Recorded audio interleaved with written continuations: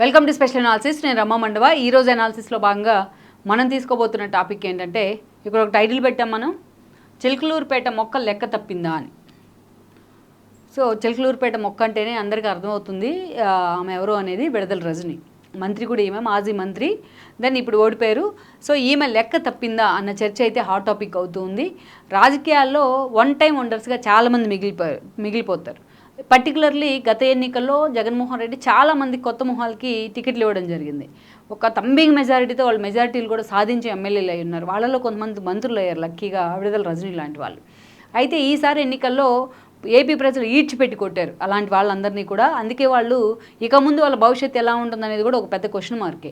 అందుకే ఒక one time వండర్స్గా వీళ్ళందరినీ కూడా జగన్మోహన్ రెడ్డి వీళ్ళందరినీ ప్యాంపర్ చేసిన విధానంతో కేవలం వీళ్ళంతా ఒక వన్ సైడ్ వండర్స్గానే మిగిలిపోయారు. అలాంటి వాళ్ళకి బెస్ట్ ఎగ్జాంపుల్ ఎవరంటే విడుదల రజనీనే. ఇక్కడ ఆమెని చిలకలూరుపేట మొక్క అనడానికి కూడా కారణం ఉంది. ఎందుకంటే ముందుగా చూసినట్లయితే విడుదల రజని 2014 తర్వాత పరిణామాల్లో ఆమె టీడీపీలోకి ఎంట్రీ ఇవ్వడం జరిగింది. ఆ రోజు చిలకలూరుపేట ఎమ్మెల్యేగా పుల్లారావు ఉన్నారు. ఆయన 14లో గెలిచారు. ఆయనకి మంత్రి పదవి కూడా దక్కింది, అగ్రికల్చర్ మినిస్టర్గా చాలా కీలక పదవులు కూడా చేశారు ఆయన. దెన్ అలాంటి ఆయన శిష్యుడిగా ఆమె రాజకీయ రంగేట్రం చేస్తున్నారు ఎన్ఆర్ఐగా. అప్పటికే ఎన్ఆర్ఐగా కొన్ని ఆమె సక్సెస్ఫుల్గా పేరైతే తెచ్చుకొని ఉన్నారు.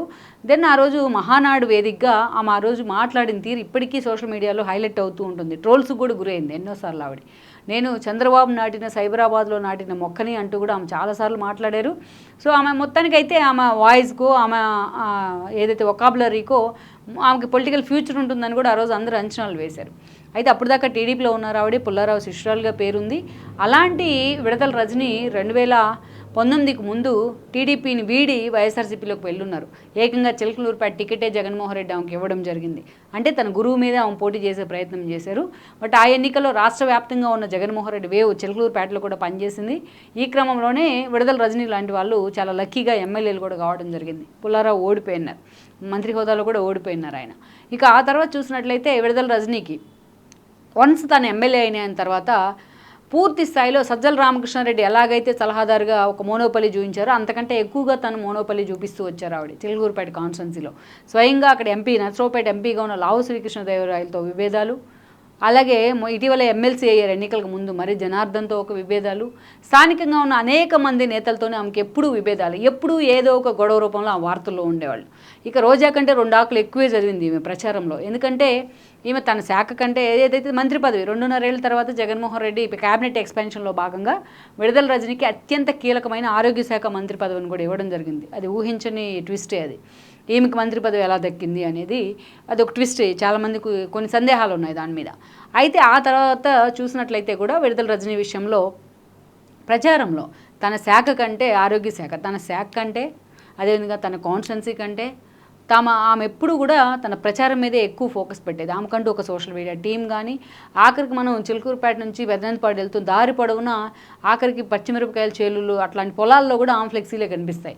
అంత ప్రచార యావ ఉన్న మంత్రిగా విడదల రజని పేరు తెచ్చుకున్నారు. అందుకే ఆమెను అందరూ కూడా ఎప్పుడు కూడా తన టీంతో భజన చేయించుకుంటూ ఉంటారని చిడతల రజని అని కూడా పిలుస్తుంటారు, విడదల రజని అనే పేరు తీసేసి. ఇక తన ప్రత్యర్థులను వేటాడడంలో, తన ప్రత్యర్థులతో గొడవలు, ఆధిపత్య పోర్లు, అవినీతి విమర్శలు, ఆమె మీద కోకొల్లలు.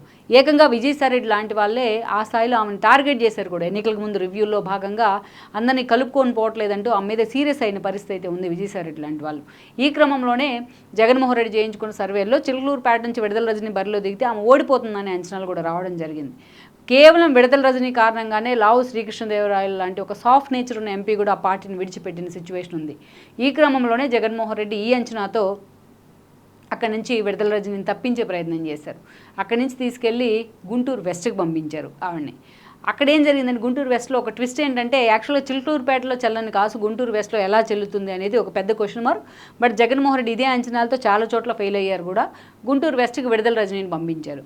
యాక్చువల్గా అక్కడ ఏదైతే గల్లా మాధవిని టీడీపీ అభ్యర్థిగా ప్రకటించింది. ఆమె లోకల్గా ఒక పారిశ్రామికవేత్తగా కూడా సక్సెస్ఫుల్గా ఆమెకు పేరైతే ఉంది, ఆమె భర్తకు కానీ ఆమెకు కానీ.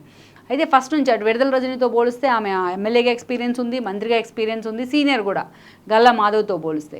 ఈరోజు చూస్తే ఒక భారీ మెజారిటీతో 50,000కు పైగా మెజారిటీతో గల్లా మాధవ్ విడదల రజనీ మీద విజయం సాధించింది. అయితే రాష్ట్ర వ్యాప్తంగా ఉన్న కూటమి వేవ్ అనేది పనిచేసింది అనే కంటే ఆ స్థాయిలో ఒక సాఫ్ట్ నేచర్ గల్లా మాధవ్కి ఒక ప్లస్ పాయింట్ అయిందని అనుకోవాలి. ఎట్ ద సేమ్ టైం అక్కడి నుంచి గత ఎన్నికల్లో గెలిచిన మద్దాలి గిరి వైఎస్ఆర్సీపీ జెండా కప్పుకున్నాడు. జగన్మోహన్ రెడ్డి ఆయనకి టికెట్ ఇవ్వకుండా అక్కడి నుంచి అక్కడికి ఎక్కడో ఉన్న విడుదల రజనీని తీసుకొచ్చి అక్కడికి ట్రాన్స్ఫర్ చేసే ప్రయత్నం చేశాడు. దీంతో మద్దాలి గిరి కూడా అక్కడి నుంచి ఓడిపోవడం మద్దాలి గిరి ఆమెకు వ్యతిరేకంగా పనిచేశారనేది ఒక చర్చ. సో అటు మద్దాలి గిరి కావచ్చు, ఇటు తాను వ్యతిరేకంగా తన సపోర్ట్ అయితే ఆమెకి ఇవ్వలేదనేది ఒక చర్చ. అయితే ఒక మంత్రి అయిన తర్వాత ఎమ్మెల్యే అయితే ఒక కాన్స్టిట్యున్సీకే పరిమితం అవుతుంది, అక్కడ ప్రజలు తేల్చుకుంటారు. కానీ ఒక మంత్రి అయిన తర్వాత రాష్ట్ర వ్యాప్తంగా కూడా ఎక్స్పోజర్ ఉంటుంది. ఆమె మంత్రిగా ఎంతటి పెర్ఫార్మెన్స్ ఇచ్చారనేది కూడా ప్రజలు ఒక అంచనాకు వస్తారు. అందుకే మొన్నటి ఎన్నికల్లో ఒక్క పెద్దిరెడ్డి తప్ప మిగతా మంత్రులందరూ కూడా ఓడిపోయారు. సో ఆ ఎఫెక్ట్ విడుదల రజనీ కూడా పనిచేసింది. సో చిలుకూరుపేటలో చల్లని రూపాయి ఎలాగైతే గుంటూరు వెస్ట్లో చెల్లుతుందని జగన్మోహన్ రెడ్డి అనుకున్నారనేది అందరికీ అంతుబట్టని విషయం. అయితే ఈ మాత్రం అదే స్థాయిలో ఒక ప్రచారంలో జగన్మోహన్ రెడ్డి కూడా ఆ స్థాయిలో ప్రచారం చేసుకున్నారు. ఆ స్థాయిలో ఒక షూట్అవుట్స్, ఆ స్థాయిలో తన టీముని పెట్టి ఎక్స్పోజర్స్, ఈ వస్తుంటే మధ్యలో బ్యాండ్ బాజాలు, అలా ప్రభుత్వ ధనాన్ని ఖర్చు పెట్టి ప్రభుత్వ కార్యాలయాల్లో కూడా ప్రచారం చేయించిన సందర్భాలతో ఆమె వార్తల్లో ఉంటూ ఉన్నారు. ఎప్పుడు కూడా ఇలాంటి వివాదాల చుట్టూ ఉన్నారు ఆవిడ. సో ఇక అదే స్థాయిలో తన ప్రచారం మీద, తన ఇండివిజువాలిటీ మీద ఫోకస్ పెట్టిన తీరు మాత్రం తన శాఖ మీద అయితే ఆమె ఫోకస్ పెట్టలేదు అనుకోవాలి. అందుకే ఇందాకన్నా మన రోజా కన్నా 2 ఆకులు ఎక్కువే చదివింది ఈవిడ ప్రచారంలో అని. రోజాకి ఎదుటి వాళ్ళని తిట్టి ఆమె ప్రచారం తెచ్చుకుంటే, విడుదల రజనీ ఎదుటి వాళ్ళ మీద అర్థం పర్థం లేని విమర్శలు చేస్తూ బట్ తన ప్రచారంలో మాత్రం ఎప్పుడు హైలైట్ ఉండేది. ఇక అలాంటి విడుదల రజనీ ఈరోజు చాలా జూనియర్ ఆమె ఎవరైతే గల్లా మాధవి, అలాంటి మాధవి చేతిలోని ఈరోజు ఓడిపోయి ఒక ఓటమి పాలై నిల్చున్నారు. ఇక వన్ టైం వండర్ అని ఎందుకన్నాము అంటే, ఈరోజు వెస్ట్లో మరోసారి విడుదల రజనీకి టికెట్ ఇచ్చే అవకాశం వైఎస్ఆర్సీపీకి లేదు. అసలు వైఎస్ఆర్సీపీలో జగన్మోహన్ రెడ్డి భవిష్యత్తు ఏంటనేది ఒక పెద్ద క్వశ్చన్ మార్క్. అలాంటప్పుడు మరి విడుదల రజనీకి ఇంకొక పెద్ద టాస్క్ ఏంటంటే, ఇప్పుడు అసలు వెస్ట్లో పని చేసుకోవాలా లేకపోతే తన సొంత కాన్స్టిట్యున్సీ అని చిలుకలూరుపేటకి వెళ్ళాలా అనేది. ఆల్రెడీ అక్కడ చిలుకలూరుపేటలో పుల్లారావు గెలవడం జరిగింది. ఈసారి విడుదల రజనీ అక్కడికి వెళ్ళిన ఆ స్థాయిలో విడుదల రజనీని ఎంకరేజ్ చేసే పరిస్థితి చిలుకలూరుపేటలో లేదు. ఎందుకంటే పుల్లారావును కూడా ఆ స్థాయిలో విడుదల రజనీ ఆయన టీంని, ఆయన అనుచరులను కూడా ఇబ్బంది పెట్టే ప్రయత్నం చేసింది. సో ఇప్పుడున్న సిచ్యువేషన్లో అటు కరవబోతే కప్ప కోపం, విడవమంటే పాము కోపం అన్నట్టుగా గుంటూరు వెస్ట్ను వదిలేస్తే జగన్మోహన్ రెడ్డి కోపం. అదేవిధంగా ఇటు వెళ్దామంటే పుల్లారావు ఆమెని పూర్తి స్థాయిలో రాజకీయంగా అనగదొక్కుతారనే ఆలోచన.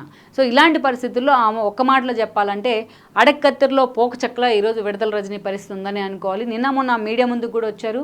చంద్రబాబు నాయుడిని ఏదో టార్గెట్ చేస్తూ సంబంధం లేని మాటలతో మాట్లాడడం జరిగింది. అది ఆమెకు కూడా అర్థమైందో లేదో అనేది చాలామందికి వస్తున్న సందేహం. ఈరోజు చూసినట్లయితే తాను ఎప్పుడూ కూడా సైబర్ టవర్ మొక్క అనే పేరుతోనే ఆమె పాపులర్ అయింది. చంద్రబాబు నాయుడు సైబర్ టవర్లో నాటిన మొక్క అనే మాటతోనే. సో ఆ మొక్కకి ఎందుకు గుంటూరు వెస్ట్లో లెక్క తప్పింది అంటే ఇప్పుడు దాకా మనం చెప్పుకున్న కారణాలే. సో మరి ఇట్లాంటి వన్ టైం వండర్స్గా మిగిలిపోతారా వీళ్ళు అనేది చాలామంది ఉన్నారు. ఒక విడుదల రజనీని మనం ఇక్కడ హైలైట్ చేయొద్దు, ఇంకా ముందు అందరినీ చెప్పుకునే ప్రయత్నం అయితే చేద్దాం. సో అలా ఈరోజు చూసినట్లయితే మెజారిటీ ఎమ్మెల్యేల తరహాలోనే ఈ రోజున తన స్వయంకృతాపరాధమే, తన శాఖ కంటే తనకు ఒక ఆపర్చునిటీ అంటే అది ఈజీగా రాదు. రాజకీయాల్లో ఒక ఎమ్మెల్యే కావడం ఒక ఎత్తు అయితే, ఫస్ట్ టైంలోనే ఎమ్మెల్యే కావడం, అది కూడా పుల్లారావు లాంటి ఒక సీనియర్ నేతను, మాజీ మంత్రిని ఓడించడం అంటే మామూలు విషయం కాదు. అక్కడి నుంచి తానే స్వయంగా మంత్రి పదవి, అది కూడా ఆరోగ్య శాఖ లాంటి ఒక కీలక పదవి రావడం అనేది ఇంకా మామూలు విషయం కాదు. బట్ దాన్ని నిలబెట్టి సక్సెస్ రావడం ఈజీనే, దాన్ని నిలబెట్టుకోవడమే గొప్ప అనేది అందుకే అందరూ చెప్తూ ఉంటారు.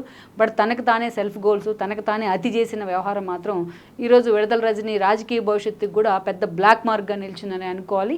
అందుకే ఇక్కడ మనం ఆల్రెడీ టైటిల్ ఇచ్చాం, చిలుకలూరుపేట మొక్క లెక్క ఎందుకు తప్పింది అనేది. సో లెట్స్ సీ మరి విడుదల రజనీ ముందు తన రాజకీయ భవిష్యత్తుకు సంబంధించి ఎలాంటి డెసిషన్ తీసుకుంటుంది అనేది మనం చూడాల్సి. ఈ వీడియో మీకు నచ్చినట్లయితే please share, like and subscribe R24 Telugu.